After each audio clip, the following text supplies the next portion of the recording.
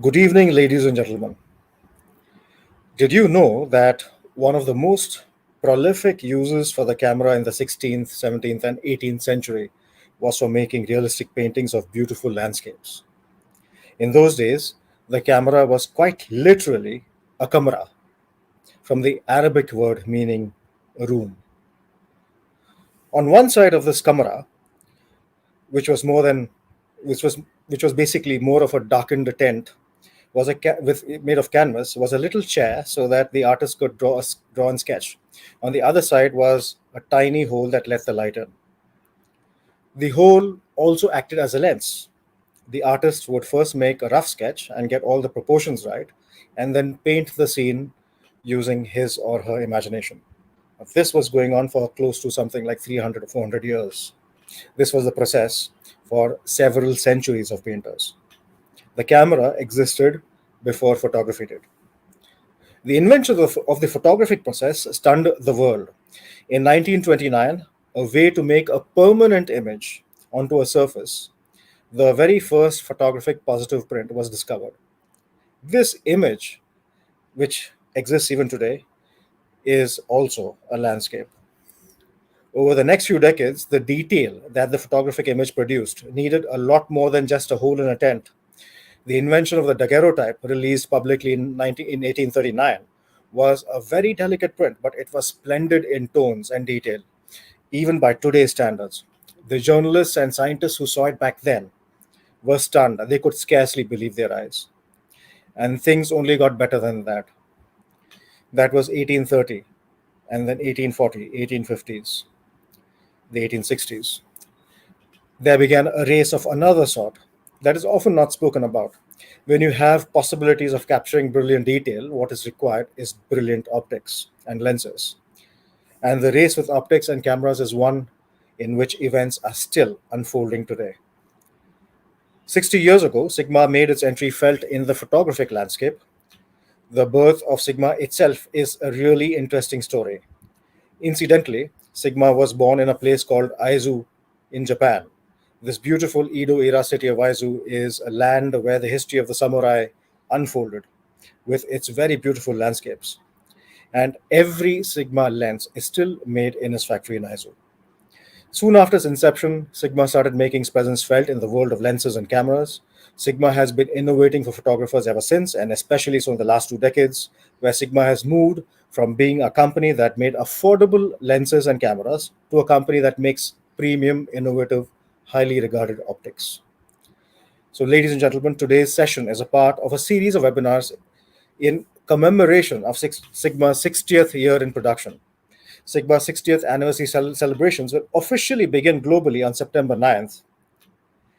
And we will be having the next edition of this webinar series on September 9th too, also from 6 p.m.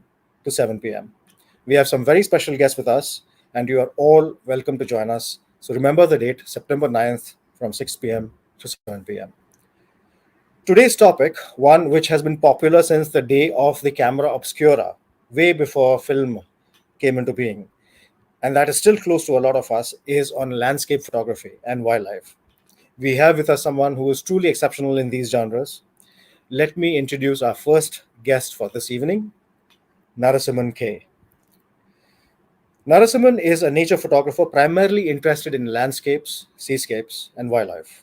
While his photographic journey started as a travel and wildlife documentary photographer, he is now moving towards exploring nature from a creative point of view. So, nature as art. Apart from nature photography, Narasimhan loves to make environmental portraits and photographing culture. He has varied personal interests from science and history to various arts and cultures, and he enjoys exploring these interests through the medium of photography, basically making him a multi genre photographer. Because of these interests, Narasimhan also founded a company called Saltree, a startup that is primarily focused on fine art archival printing services and creative photography workshops. He is also an ambassador for Sigma. Before getting into photography business, Narasimhan was into the RFID silicon smart card related product development industry. Welcome, Narasimhan. Thank you for being with us today. Narasimhan, you're on Thanks, mute. thanks Madhavan, and thanks Better Photography and Sigma for this nice opportunity to talk about my work. Yeah. Thank you for being here, and most welcome. Um, well, there's a here's a question for you before we introduce our next guest. From a very technical background in RFID and silicon smart card industry to photography, as opposed to other possible forms of art, and then reaching a very advanced level in photography very quickly, which is very visible in your work. How did the transition really happen for you? Uh, Thanks, Madhavan, for your compliments. I think I should say it's not very fast, at least for me. It took more than 15 years, the whole transition. What I started as a normal 15, 20 years, it was typical travel photography. In fact, one of my first photography travel was with Better Photography 15 years back when they were doing the photo tourism as a thing. So even some of my pictures were all published in Better Photography at the time. I think in 2004, 5, that was the. And from there, it went in a step by step. And suddenly one day I thought, okay, let's do something really. I got bored about whole of the repeated way of doing this documentary. That is where I want to take a break and do something what is more creative. From there, it is a little bit of exploration, try here and there, do something will work, something will not work, and slowly I'm trying to get into my paths. Yeah, Okay, so it happened over a period of time. yeah, yeah. So please join me in welcoming our second guest. But just before that, before I introduce our next guest, let me just show you a quick showreel of Narasimhan's work. Can we have the showreel, please?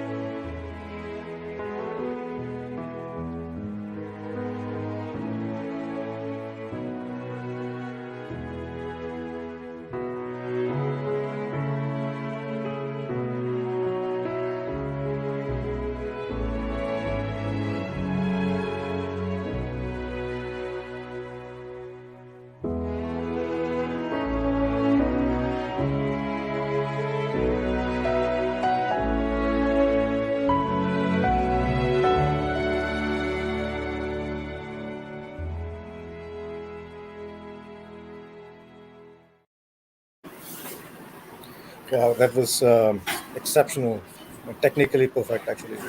Compositions, beautiful work. Um, Yeah. Before we introduce our next guest, there's a reminder for viewers. If at any point during this live stream you would like to ask a question to any of our panelists, please do so by simply typing out your question into the comment section. Selected questions will be asked and answered live. Please join me in welcoming our second guest for this evening, Mr. P. Suresh Kumar. Suresh is the technical and sales head for Shetala Agencies Private Limited, representing Sigma in India. He has 20 years of expertise in handling photographic equipment. He has excellent technical knowledge about Sigma products, having experienced Sigma as a brand for many years. And he shares his knowledge through workshops, webinars, and demo sessions all across India. Thank you for being with us, Suresh.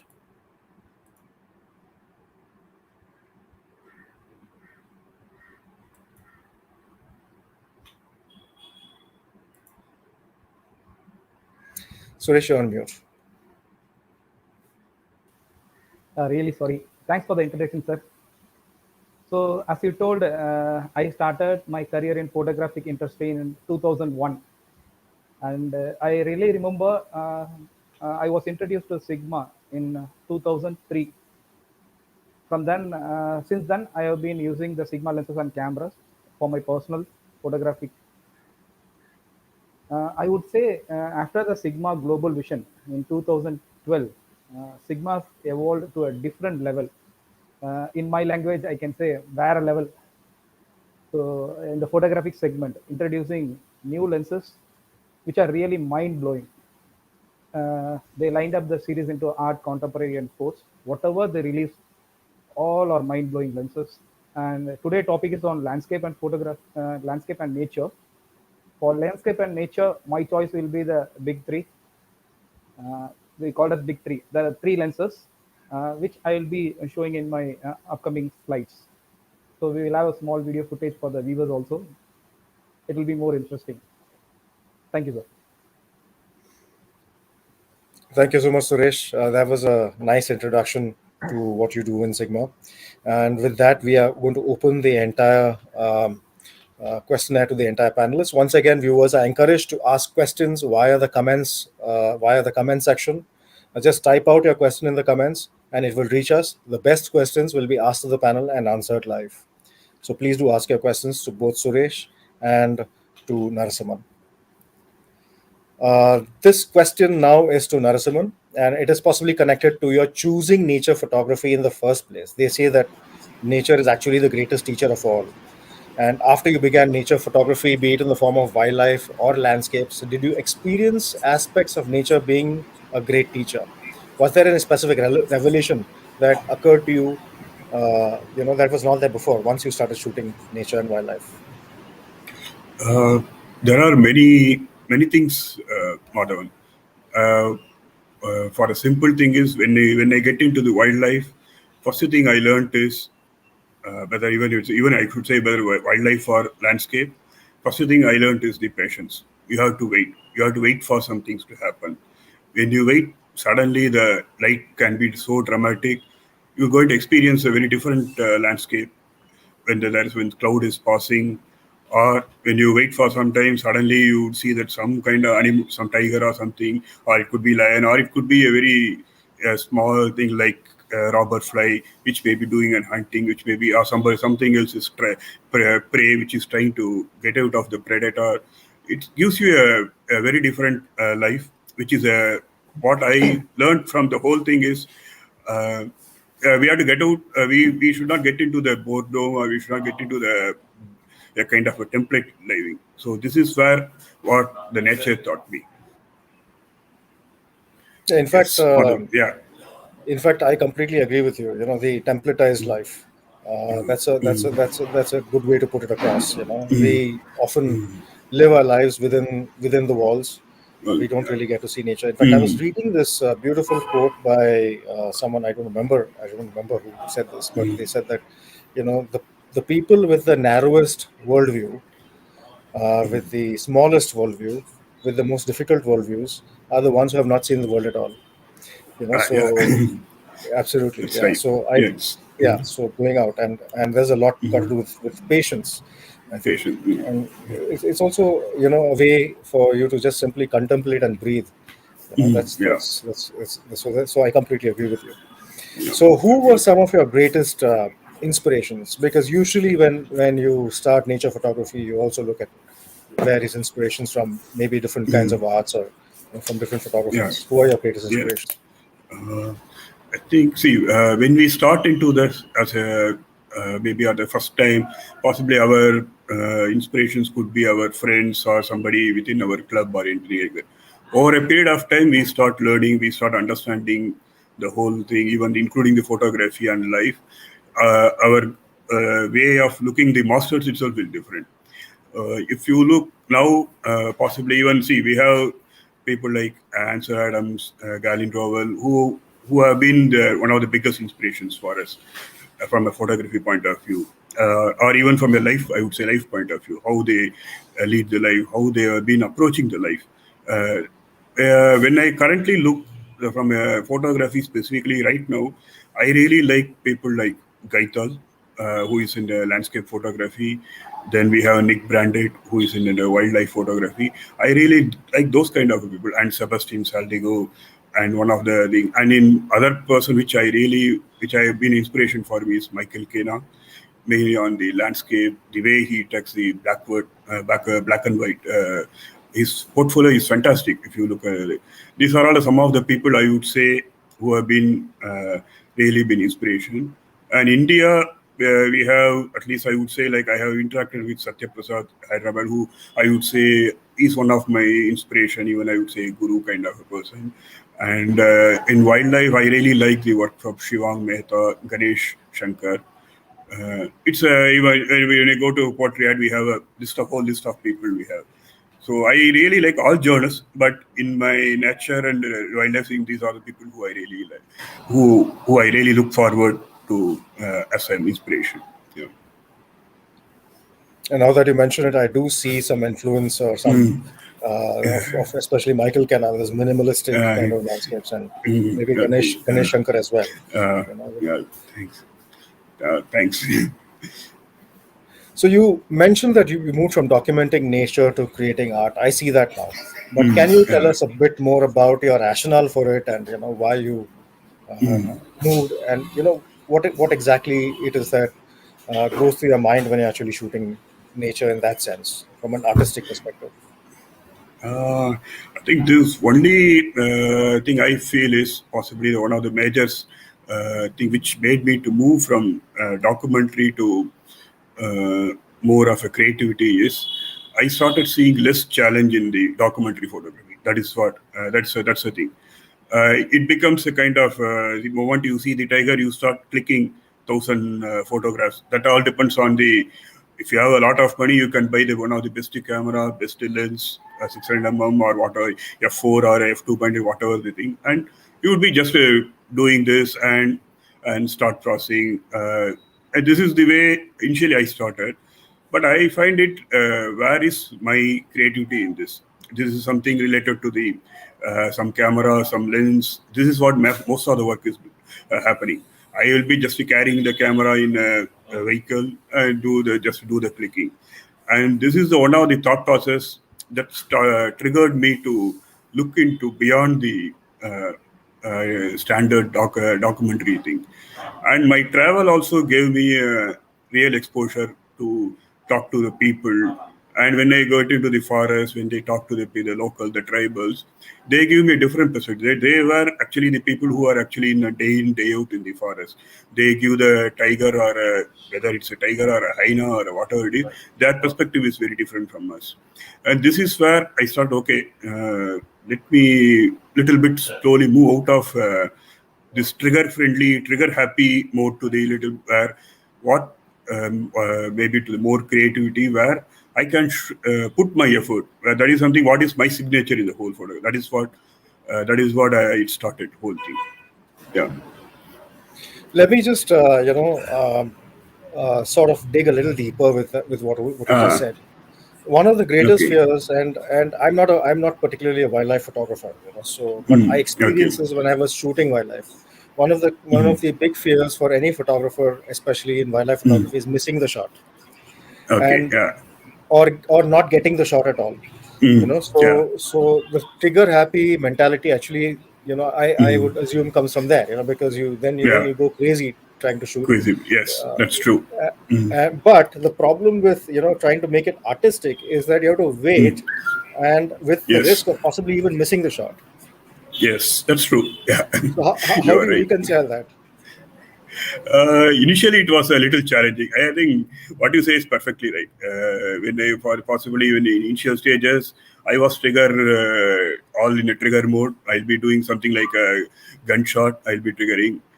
Then it actually, once I start, one of the things which I started to do is instead of taking the big huge lens, 500 all these things, I started getting into the zoom lenses, like a 200 500 by Nikon.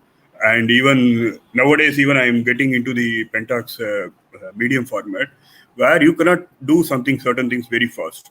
Automatically, you are put to rest. That is one of the easiest way for me to move from trigger friendly to the more creative shots.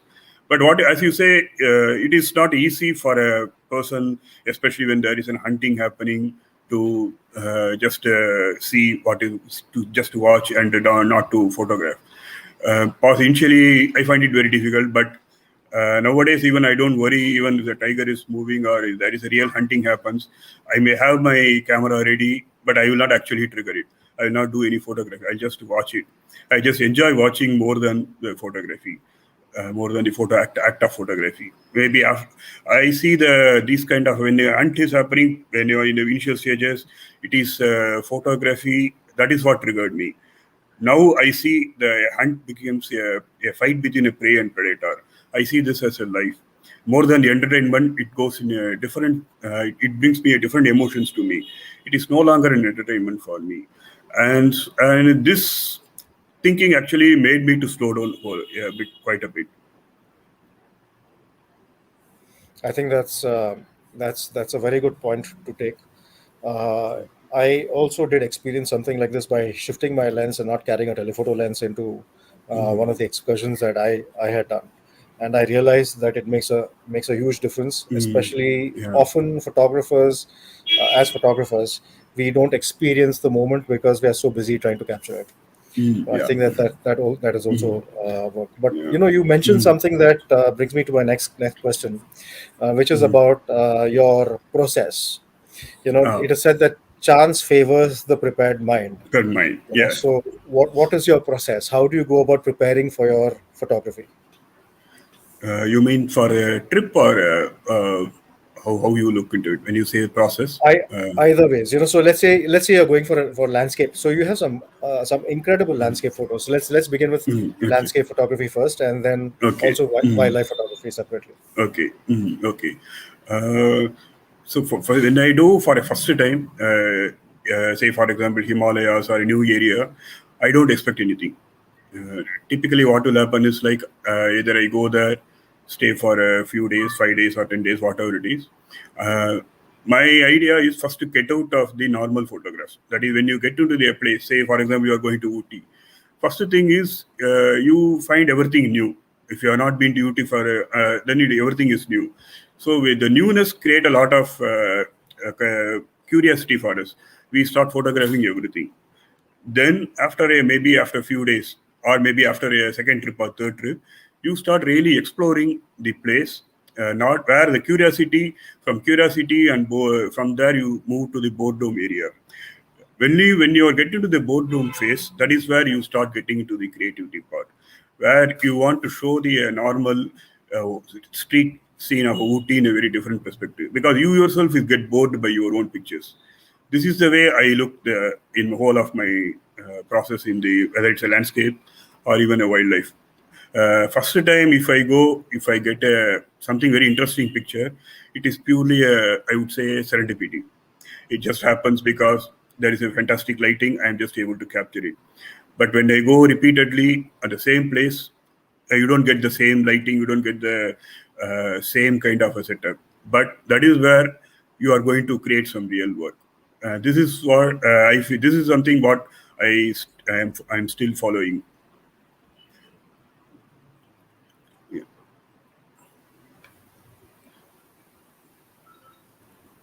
So two things struck me over there. One is that you mentioned you need to get into the area of boredom for you to start becoming creative. So which also that's why a lot of artists are almost perpetually bored. Uh, and I've noticed this I've actually noticed this with a lot of photographers. Artists are bored. They're looking for experiences. They're looking for something that will change their perspective all the time. And the second thing that you also mentioned was that it takes time. Now, I just want to dig a little deeper there. Uh, so there are photographers who are emotionally attached to their photos, and then it takes a long time for them to actually move away from that emotional attachment of their photos to be able to gauge or judge it objectively. Does that happen with you as well? Sometimes, yes, it happens because the emotional attachment comes from overall experience. Say it may be when you get into the say Himalayas, possibly you might have on that day when you are taking the photograph, there are so many things happening in and around you, which makes that place or that photograph something special to you. The problem with this emotional attachment is we want to repeat it again. which is not possible. That is where the whole thing, which we have to be very careful, is not getting into that. If you go to the same place, doesn't mean next time you are going to get the same experience. It may be a no experience, or it may be very different, very painful experience also. But we have to accept it. And what you say is right. Once you get too much into the emotional attachment, we may not be able to get out of it. And we have to be very careful that this emotion is not becoming a kind of habit for us. Habit don't create a good art. I would like to take our viewers through a few of your photographs. So, can you quickly take us through 5 or 6 of your favorite photos and let us know where you made those photos and the equipment that you used to make them, and tell us a little bit about those photos? Yeah, sure. Yeah, I'll do that. Yeah.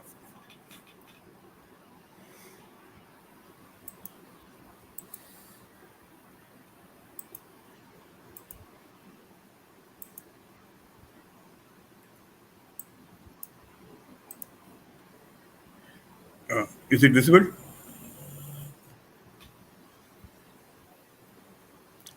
Is it Yes. visible now? Yes, yes, it is Okay. visible. Yeah, okay. This is from Pangong Lake, Ladakh. No, sorry, not Pangong. This is from Somori Lake in Ladakh.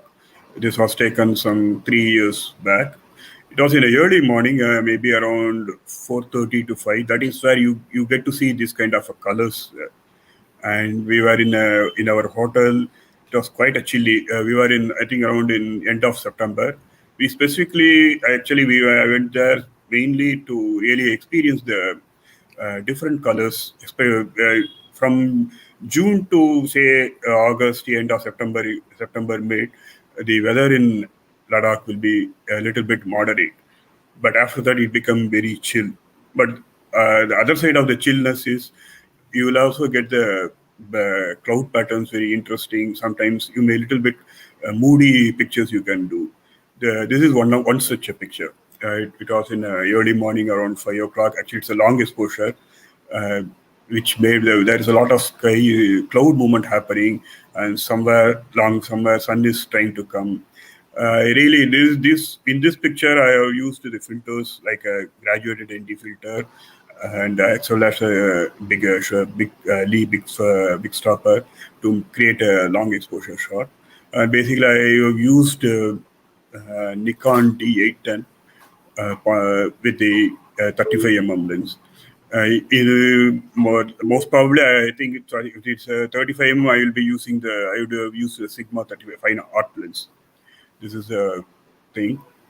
And just what I'm trying to show you is 3 pictures here, which are very related. Like all are a long exposure picture. This is from Ladakh. The next is from Chennai beach. Again, this is also a long exposure, 15 seconds, and you will see the sunrise is happening. What I really like is the pastel colors when you do the long exposure the early. It is not very early morning. Maybe it is around 6 or 5:30 like that. And this is from Gurdwara. This is I have used. I would say in a way this is kind of intimate landscape we can say, because I am using a telephoto lens to capture a early morning shot. This is something around 4 o'clock where the first light is happening. We were quite what to say. We are actually lucky that we have been given access to this place in such a early morning by Indian Army. So this is one of my personal favorite pictures. And this I will say in a way like how to use a 500 in a creative way. This is from Masai Mara wildlife picture. I am used 500 Nikon 500 and D3S. And basically, what this there was a giraffe something staying little away, and we were in a little down. I tried to create not a very normal picture. I was trying to put how to use this 500 in a more creative. That was my real exploration. All this blurring actually you see is a lot of grass, which is trying to in between the grass the giraffe is standing, so it creates that feel. This is again another thing. These things I could say is a minimalistic kind of doing, where you have the just one giraffe is just sitting, and from we are taking again from a very long thing. Again, this is with this one I used a medium format camera with 165 manual lens. This is from Tall Chopper. Again, I used a 500 lens with a combination of a Nikon. These pictures, I would say, like where I wanted to create my work, where I don't want to showcase the Tall Chopper as a documentary, but more from how the wildlife would look. That is what my idea in all these things. Is it fine, Madhavan? You want to look something else? Or? We have two questions that have come in from the audience. I think that are relevant. I think it's coming because of the photos that you showed. I'll take the second question first. So the question is, do you use a square filter or a screw-in type of filter? I use the square filter. Okay, so that clearly answers the kind of question. Why do you prefer the square filter? Because of the variation and because of combining filters? Why do you use the square filters? I think you already answered it. One is that combining, I combine multiple filters sometimes. I have a ND filter, maybe with other filter, even ND with a reverse ND. So many, I have some combination of filters. So this square easily, you can easily stack up. That is the one thing. Other thing is with the square advantages with I can use it for the multiple lens with just with the adapter. So it is easy for that's why I used it. Okay, let me ask you a bit of a follow-up question with this. Okay, so today, let's face it, a lot of youngsters, a lot of people have never studied, they have never even seen square filters. They have not seen circular filters, let alone square filters. With digital photography and with RAW and with the 12 stop range and a 14 stop range, why filters? Why do you keep using filters? We can look this other way. See, for example, you are a Photoshop or a Lightroom or any of our softwares. Do we have the software with which can create the same NT filter effect? But what it cannot create is how to capture the time. Say, for example, you have a NT filter which you are putting for a long exposure, say 10 seconds or whatever it is. The software can do the NT filter effect on your photo, but it cannot capture the 10 seconds effect in the image. This is where you need a real physical filter for that purpose. Still, for a simple, say you want to reduce the intensity of the sky, all these things you can use existing software to do that. But you want to go beyond that. You want to capture time. That means you need a physical filter, which we cannot. It cannot be replaced with software. Right. So that clearly answers the question regarding why a square filter and why a screw-in type. Why you're using those filters and what is the effect that you're seeking. There is a related question, not related to filters, but definitely related to time. There's a question from one of the viewers. Could you talk about using multiple exposure in landscape images? I have some images. Maybe I will show you. Yes, I think that would be good. Yeah.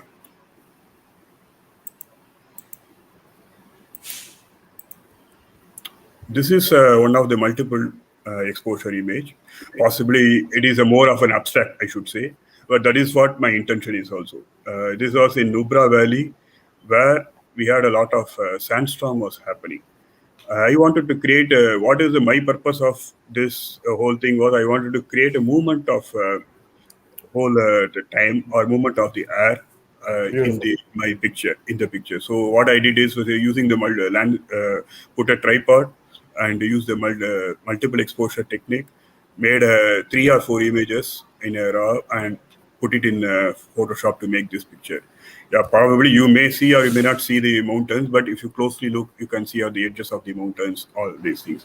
This is a very simple way of multiple exposure. Other way to do is multiple exposure is like take 2 or 3 images of a mountain with a different exposure and merge it in the thing. Those kind of images I have made, but right now it's not accessible to me. Then there is one more image I can show you. This is again the movement of the flowers.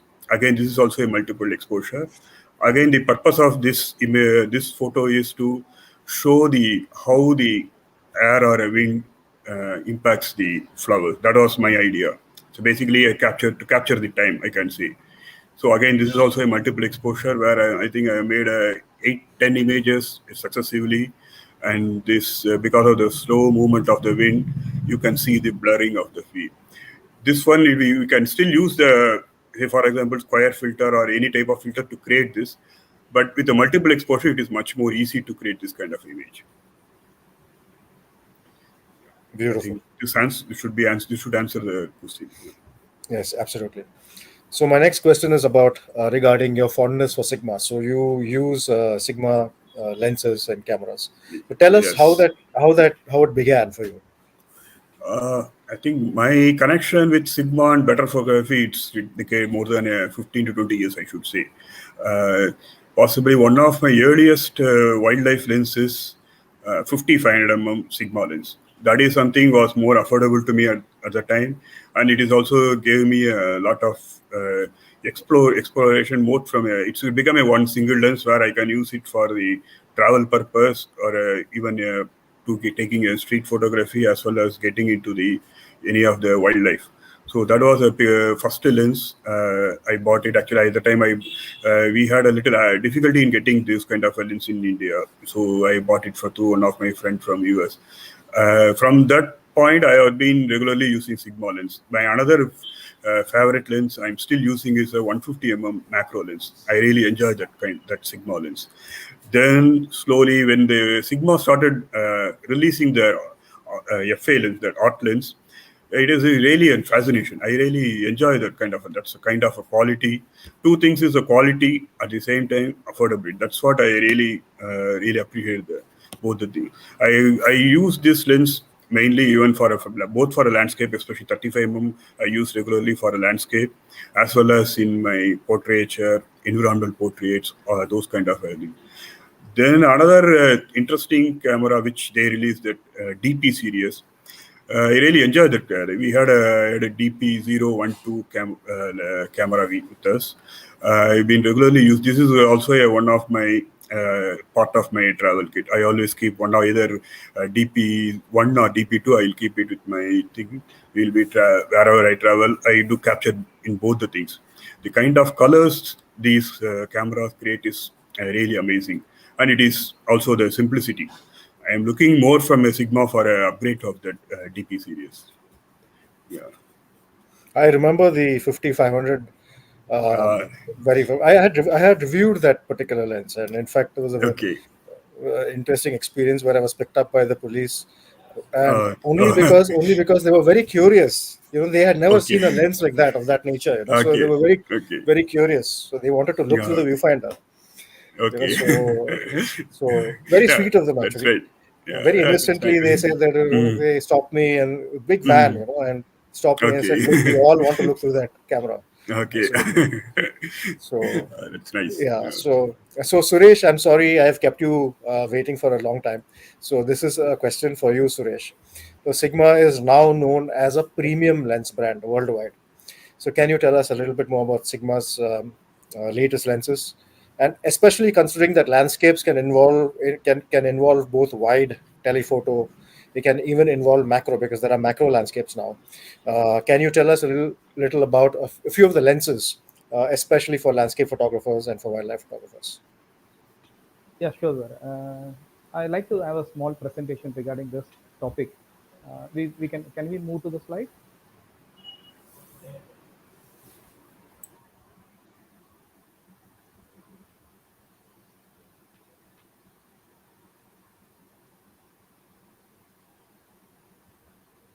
Uh,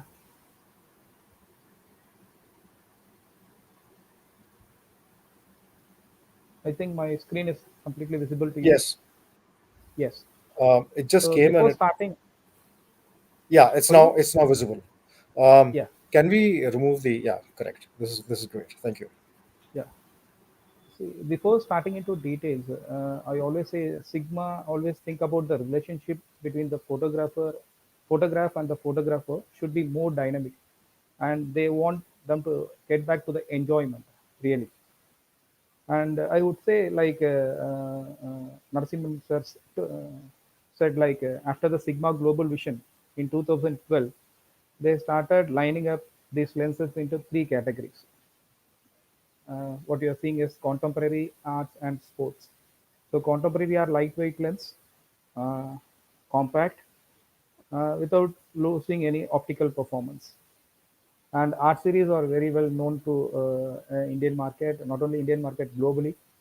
So there are best optic constructions with large open aperture, which gives a beautiful bouquet, which can be used in landscape like Narasa told, landscape, portraiture, and all the subjects. And we have unique one called Sports Series, which is more durable, and it's completely a weather shield, widely used for sports and wildlife. I think Narasimhan sir on his next presentations he will be showing something interesting with our sports lineup. And also you can try the new lens launched with 150-600 TGDN lens for Sony and L mount. I would recommend Narasimhan sir to try on his future wildlife travel. And this Yes, slide, sure. yes, and this slide tells about the excellent usability which we are using in making our lenses. So we use hypersonic motor to ensure quiet and high speed autofocus, and our lenses made with a new compound material called TSC, thermal stable composite, which combines thermal resistant and hardness. It really helps us to avoid the focus shift. The body won't expand. Yes, and bay mount is made of brass. It's very important to maintain the accuracy and the durability. And all our lenses are comes up with 9 to 11 diaphragm blades, which gives attractive and a beautiful bouquet. And we give multi-layer coating to reduce the flare and ghosting, because when we are going for an outdoor like nature photographs, uh, flare is very important. So our lenses are very well polished, very well multi-coated to avoid that flare and ghosting effect. And most of the viewers are, must not be aware of this MTF measuring system. We Sigma always test our lenses before shipping with this measuring system called MTF, in which we used to capture images with 46 megapixels foveum direct image sensor to give high frequency details, which the quality control inspection can analyze and sort out the problems. And here you can see the lineups we have from 12 mm. See, here I like to point out something when you are going for an wide angle. Controlling the distortions, it's a very difficult task, even in photography, in cinematography as well. But we Sigma seriously control the distortions and try to keep it at minimal level. It's not zero, and minimal level, and give multi-layer loading to avoid the flare, ghostings, and other effects. Okay, and distortion is the main thing you face with this 12, 14 series. But when you are using R lenses, it will be at a minimum level. And you can see a lot of DG lenses new series has been launched. Don't confuse with DG, DGDN, and DC lenses. DG stands for the full frame lenses, mainly for the F mount and the EF mount cameras, and DG lenses for the native like Sony mirrorless and L mount series. We have some standard lenses, starts with the 2470. There is one more unique lens for an APS-C camera, 1835. I recommend the viewers to use this 1835 if you get a chance, because it's a full open from 18 to 35. It's 1.8 constant aperture. And recently we have added this macro 105 mm f2.8 DGDN for our mirrorless Sony and L mount lenses, as well as the 70 mm macro for Canon and Nikon mount. And we have contemporary series, lightweight lenses, because now the cameras have become compact, but we are worried about carrying huge lenses and holding it up for a long time without a tripod. So you can try out all our contemporary series starting from 16 mm, and we have something unique like 40, 35 also. I forgot to say something in this art series. Can you able to see this 40 mm 1.4, and in this one you can see 20 mm 1.4. These two Yes. lenses, initially they released in cinematography. Okay, we uniquely released these two lenses in cinematograph, but later we added to our art series lineup. So people should try this. When you are blowing it up, you can find excellent details in your picture. So it will be really interesting when you are traveling this with these lenses for the landscape photography. I'm really interested to loan this lens to Mr. Narasimhan sir to try out these two lenses and give us some good pictures in the future webinars. And as I told in my introduction, the big three. This is my favorite lens when I travel because it starts from 14 and end up with 20. So from wide to tele, we have the complete range. So I can request Mr. Nitin to play a small video on this big three. It will be more interesting for the viewers. Thank you.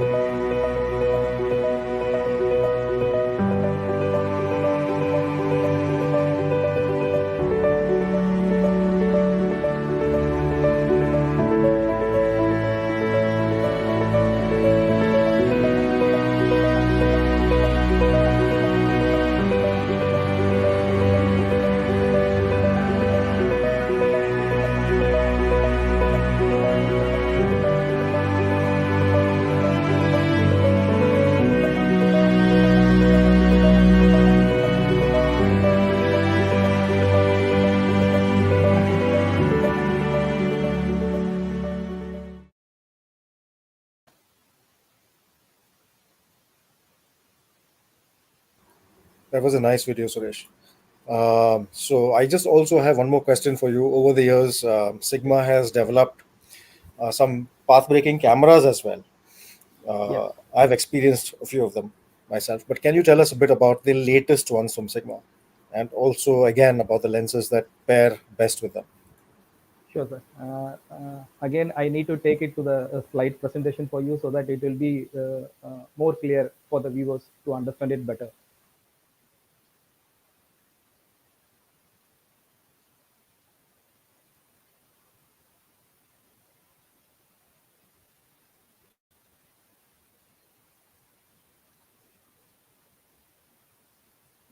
Hope my screen is visible to you.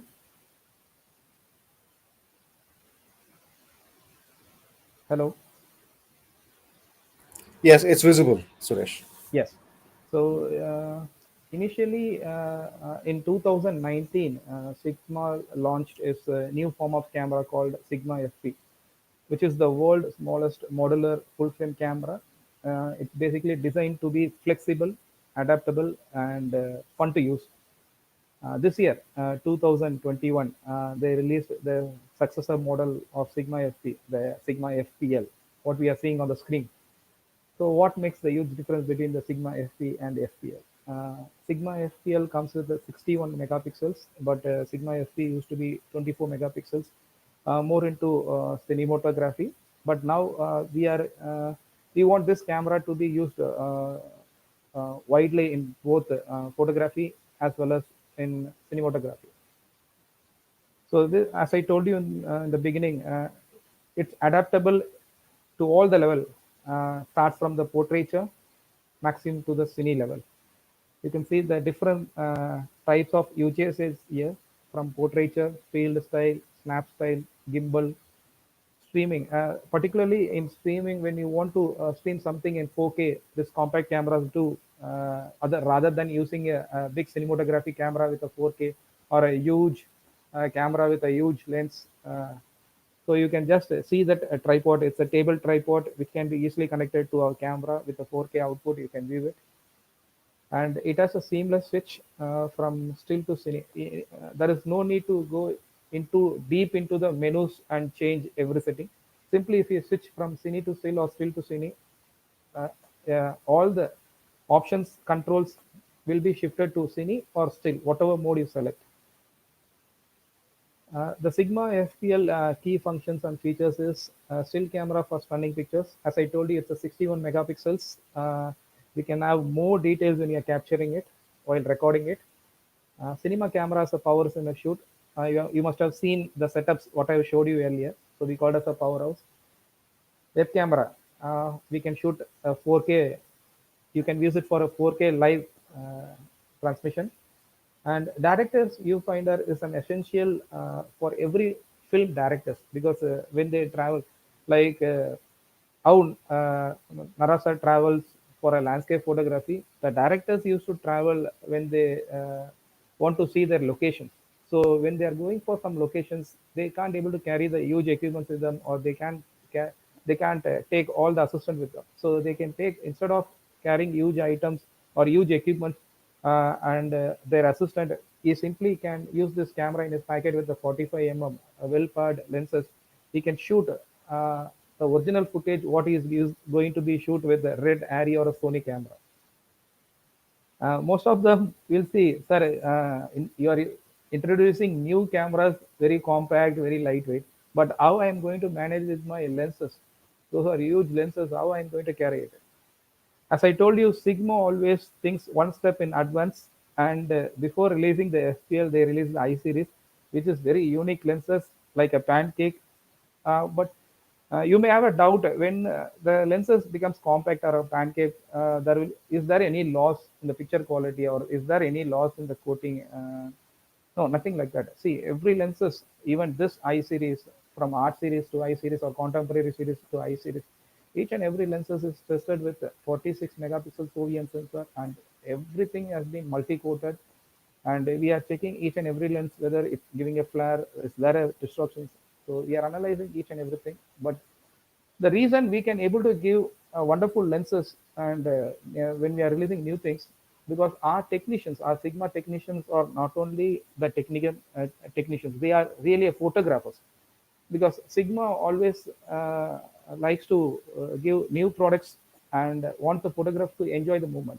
So they want to have the complete lineup of lenses with a different focal lengths. You can see this 65 and 45 are unique things in Sigma. So people should try out these things. These lenses are available in E mount and L mount, and we have for M mount also 16, 30, and 56. We have for Canon EOS M mount.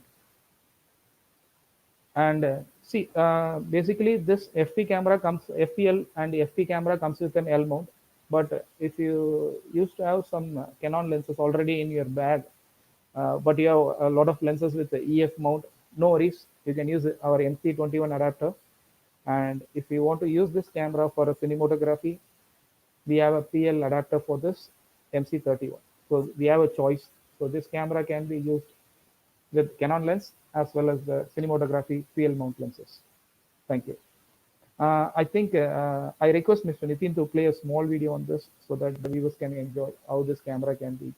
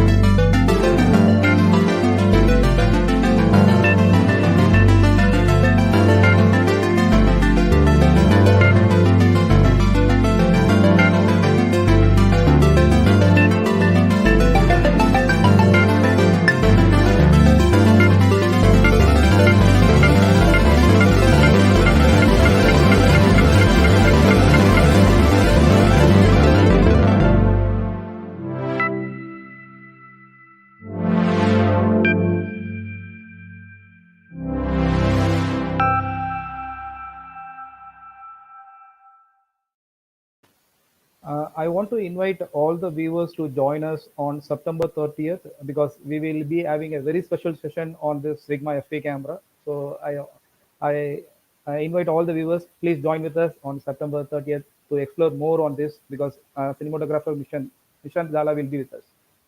Thank you, Madhav. Sir.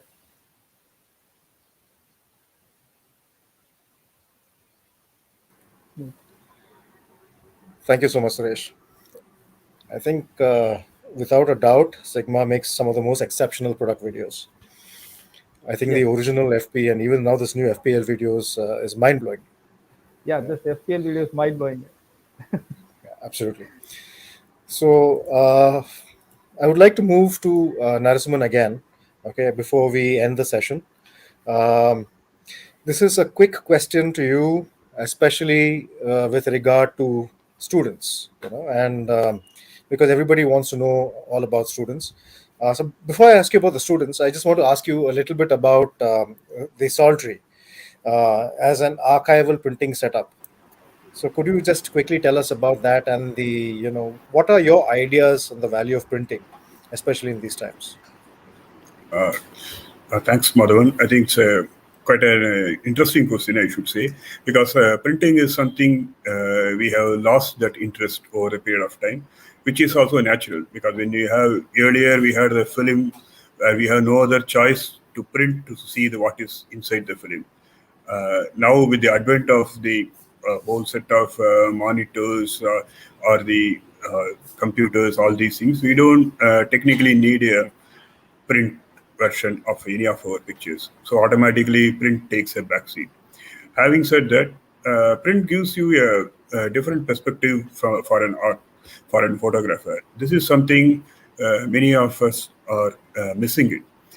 You when you see in a monitor, most of the time you will not actually able to enjoy the picture for a long time because of the brightness of the LCD or a LED or whatever it is, and distractions from the overall. You have something you'll be scrolling or some pop-up messages. So many things are coming, even including the luminosity itself can create a problem for us to enjoy that. But when you just print it and keep it in a table, you will be able to enjoy the whole thing really, because there's something where you are actually creating a border for your art, and so within the border you are actually seeing unobtrusive. So that is where the print comes. And most for a budding photographer or even an experienced photographer, print gives you the obvious problems to you, which is not visible to you when you look in the monitor. Even the dust spot most of the times may not be visible in your monitor because of the brightness level. Whereas when you put it in a print, smallest dust to the most very ugliest thing, everything will be so badly projected, you know where your image stands. So, in this aspect, for a beginner or anybody, it's a print plays a major role. And we at Saltree, actually, we are one of the focus is printing, where we provide real archival quality printing. And some of our customers include the photographers as well as the artists who may have the digital version, who want to print so that they can they can send it to their customers, and photographers who want to look their images, put it in their living room or sell it. That is one purpose. Most another important thing which we are slowly missing is storing our memories. We take so much of pictures in a, say, in a mobile phone or even with a camera. We put it in our hard disk. One day hard disk crashes or something happens, we lose our whole image set of images. This is where the printing plays a major role.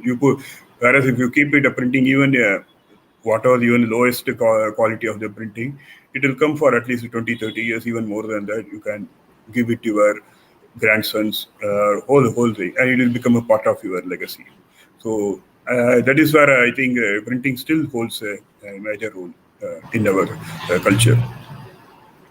Yeah. I completely agree. So legacy is important, but more than that, for critical viewing, especially for critical viewing of any kind of photography, I think printing is absolutely essential for any photographer. I completely agree with you with that, Narsimhan. But I have a very quick follow-up question, regarding again printing, because a lot of your photography involves very fine tones. The tonality in your photos is very, the gradation and the tonality is very fine. So, do you find it difficult to get that kind of tonality with printing, or is it something that you've developed over the years? Uh, I can hear you. It's not so difficult actually to get into the printing. Yes, with the modern printing, for example, see, when you take the printing from 20 years back, it was a totally different technology was in the beginning stages. So we had so much of challenges. Today, the technology has improved a lot. All these final tonality we can bring. Maybe a little bit of difficulty, but it can be easily be brought. So I don't see it's a very big challenge, but at the same time, it is not a cakewalk. So now, possibly in another 10 years or 30, 20 years, the technology will be so advanced. Whatever you see in your camera or in your what you do processing, you may be able to get it 100% color reproduction without any human interaction. That is still a possibility, but still we have a gap is there. One final question, Narasimhan. What would be your advice to anybody who wants to start up with wildlife and nature photography, landscape photography? What would be the one advice that you would give them? One advice, simple advice is develop patience, do it repeatedly, get into the thing, whether it's a wildlife or a landscape. Go to a place repeatedly, maybe now, maybe 4 times or 5 times. Slowly start getting into that. Don't get carried away by the so much of camera gears and so many things. Stick to your camera, stick to your lens or whatever it is you can afford. Spend time. Basically, over a period of time, you will see a lot of influence. A period of time may be a year or 2 or 3, but at least every day or every week, you spend at least few hours in the field. That is the first step. Once you get into that field trips, automatically you start seeing the results. You have to develop the passions. That's it. Patience is the key. Yeah. So, and on that note, this brings us to the conclusion of this session. But this is the second of the Sigma 60th anniversary series of webinars. You will find information on all the webinars in Better Photography magazine and on our Instagram page. But please do take note. On the 9th of September, we have a chat on nature and wildlife photography with Sarang Nayak, Mandar Gumare, and Shannon Heng. 9th of September is the day that Sigma turns 60, the 60th anniversary. And it is also the launch of Sigma's global celebrations for 60 years of manufacturing. So do join us from 6 p.m. to 7 p.m. on the 9th of this month. There are more webinars after that as well. So again, please do take note. On 16th of September, Sarathi Selvamani will be speaking to us on street and portrait photography. On 23rd September, Kshitij Shithak will be speaking to us on the importance of E mount and L mount lenses. And on 30th September, Nishant Gala, cinematographer and DOP, will be talking to us about the use of the Sigma FP for serious filmmaking. With that, I would like to end the session with a particularly beautifully made video, especially for those of you who are into landscape photography. This is going to be a video that will actually showcase the beautiful landscapes of a township called Aizu, which is a principality in Japan. This is chapter 2 of Sigma Aizu, the place where Sigma was born. Can we have the video, please?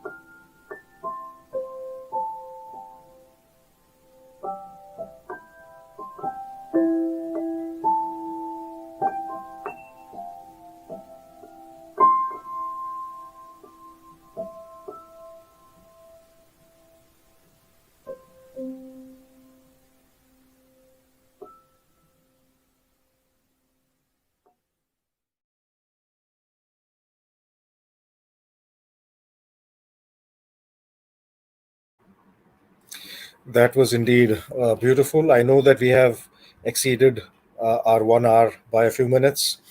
Let me just inform all the viewers that chapter 3 of this video, which is Sigma ISO, will be in our forthcoming webinar on the 9th. Please don't miss that webinar. It will be a very special one. A big thank you to our panelists, Narasimhan and Suresh. Thank you very much for being with us. And to all of you viewers, thank you for tuning in. Have a wonderful evening ahead. Yeah. Thanks, Madhavan. Thanks, Suresh. Yeah. Thank you. Bye. Thank you. Bye. Bye.